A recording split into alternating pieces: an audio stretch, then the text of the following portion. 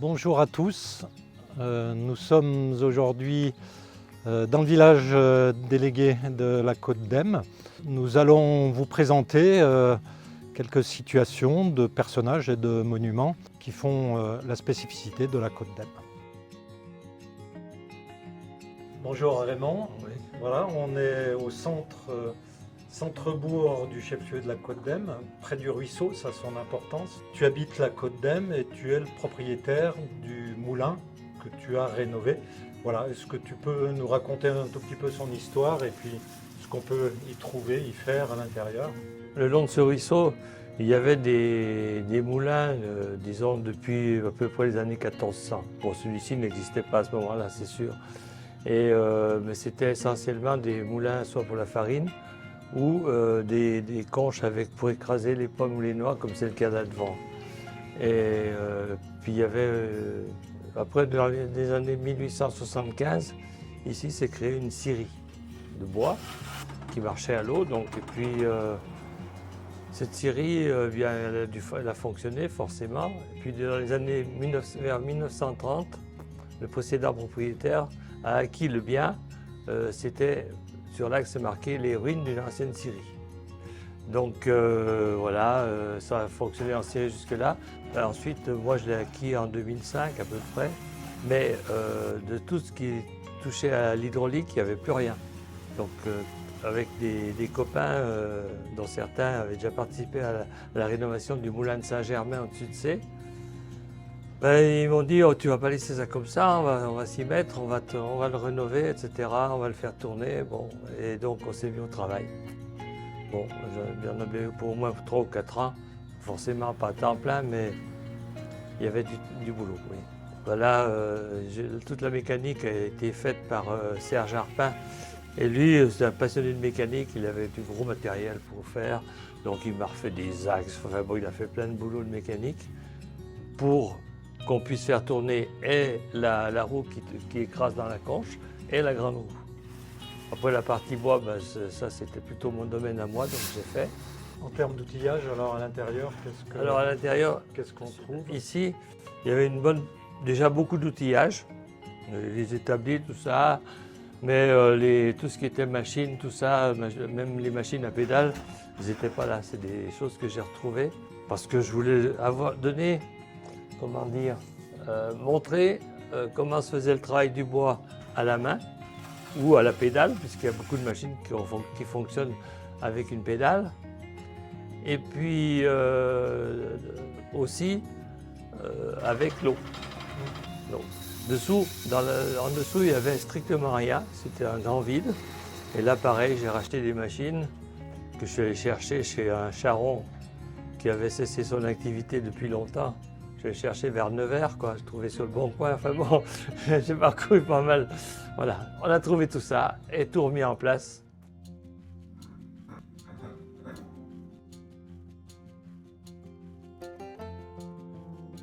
Bonjour Sandra, bonjour Simon, bonjour monsieur.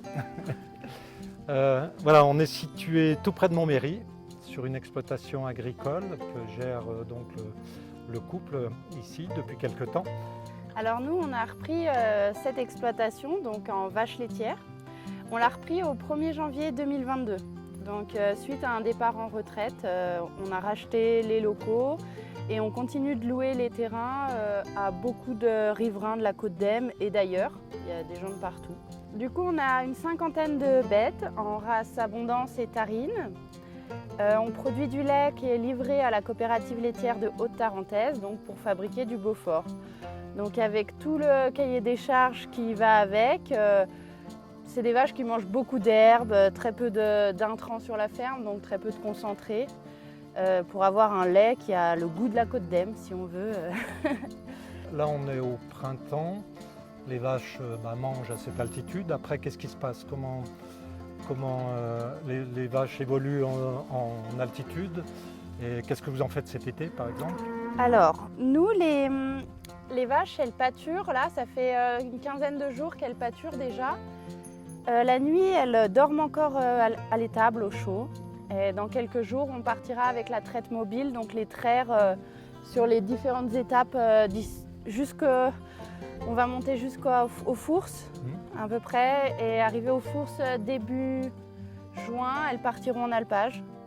Donc nous, notre troupeau, il y en a une partie qui va au Mont-Rosset, donc sur le groupement pastoral du Mont-Rosset, et une partie qui va à Courchevel, sur le groupement pastoral des Avals. Et nos génisses iront pâturer l'alpage de la Balme. Nous, commune, on est ravis que des agriculteurs et des jeunes agriculteurs s'installent pour que les pâturages puissent être exploités, que la nature soit bien respectée. Voilà, en tout cas, on vous remercie pour cette interview et puis aussi pour tout et surtout pour tout le travail que vous faites sur la commune. Ben, merci à la commune aussi parce qu'elle nous soutient quand même pas mal dans les projets, les longs projets qu'on commence, mais merci.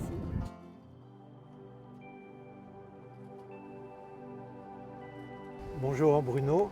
Oui, bonjour Jean-Louis. On est tout près du chef-lieu de la Côte d'Em. Voilà, et Bruno est un technicien forestier à la retraite. Bruno, est-ce que tu peux nous expliquer comment on cultive la forêt et puis quels sont aussi tous les bienfaits de la forêt? Je me présente, donc je suis un ancien agent technique forestier et je suis arrivé en Tarentaise en 1973. Et en 1973, j'ai commencé à travailler sur ces arbres, sur ces forêts. Et je travaillais avec des arbres qui dataient de l'époque sarde. On travaille sur le passé, on s'appuie sur les anciens, et puis on travaille aussi pour l'avenir. En montagne, on a une manière très particulière de gérer la forêt. Quand vous êtes en plaine, vous vous promenez, vous voyez des arbres, il y a eu des plantations avec des tout petits arbres. Et puis c'est tout régulier partout. Et en forêt de montagne, les hommes se sont aperçus qu'il fallait laisser des arbres pour les protéger. Et puis au lieu d'avoir des petits séparés des grands et des moyens, on a tout mélangé. On essaye d'avoir toujours des petits, des moyens et des gros arbres. On va enlever que quelques arbres, par-ci par-là, dans ce coin, et puis on va laisser les petits et les moyens. Ce qui fait que quand il neigera, eh bien, la neige, au lieu de partir en avalanche, elle restera sur le terrain. La méthode de montagne n'est pas celle de la plaine et on a compris pourquoi. Pour terminer, peut-être, quels sont les bienfaits de la forêt pour Monsieur Tout-le-Monde aussi, avec ces années de sécheresse, avec ces puits de carbone, qu'est-ce qu'on peut dire en quelques mots? Eh bien, l'avantage de la forêt, je te demanderai un petit exercice. Le premier, c'est celui de respirer. Les arbres ont cette faculté de capter dans l'air ce que l'on appelle le CO2, le gaz carbonique. Et grâce à la photosynthèse, ce gaz qui produit chez nous un réchauffement climatique qui va nous gêner dans les années à venir, eh bien, il est absorbé et transformé en bois d'un côté et il ressort de l'oxygène de l'autre qui nous permet de respirer. Dans les années à venir, on va s'apercevoir que la forêt a une valeur et cette valeur, c'est justement d'absorber le gaz carbonique et qui nous permet de lutter contre le réchauffement climatique. La commune de la Plagne tarentaise possède des centaines d'hectares de forêts qui sont entretenus principalement par l'Office national des forêts, l'ONF, c'est ça. Et la Côte d'Em, commune historique de la Plagne tarentaise, possède une belle forêt qui est très bien entretenue comme toutes les autres. C'est une richesse qui va être de plus en plus importante, qui va prendre de plus en plus d'ampleur. Très bien, merci beaucoup Bruno. Eh bien, je te remercie.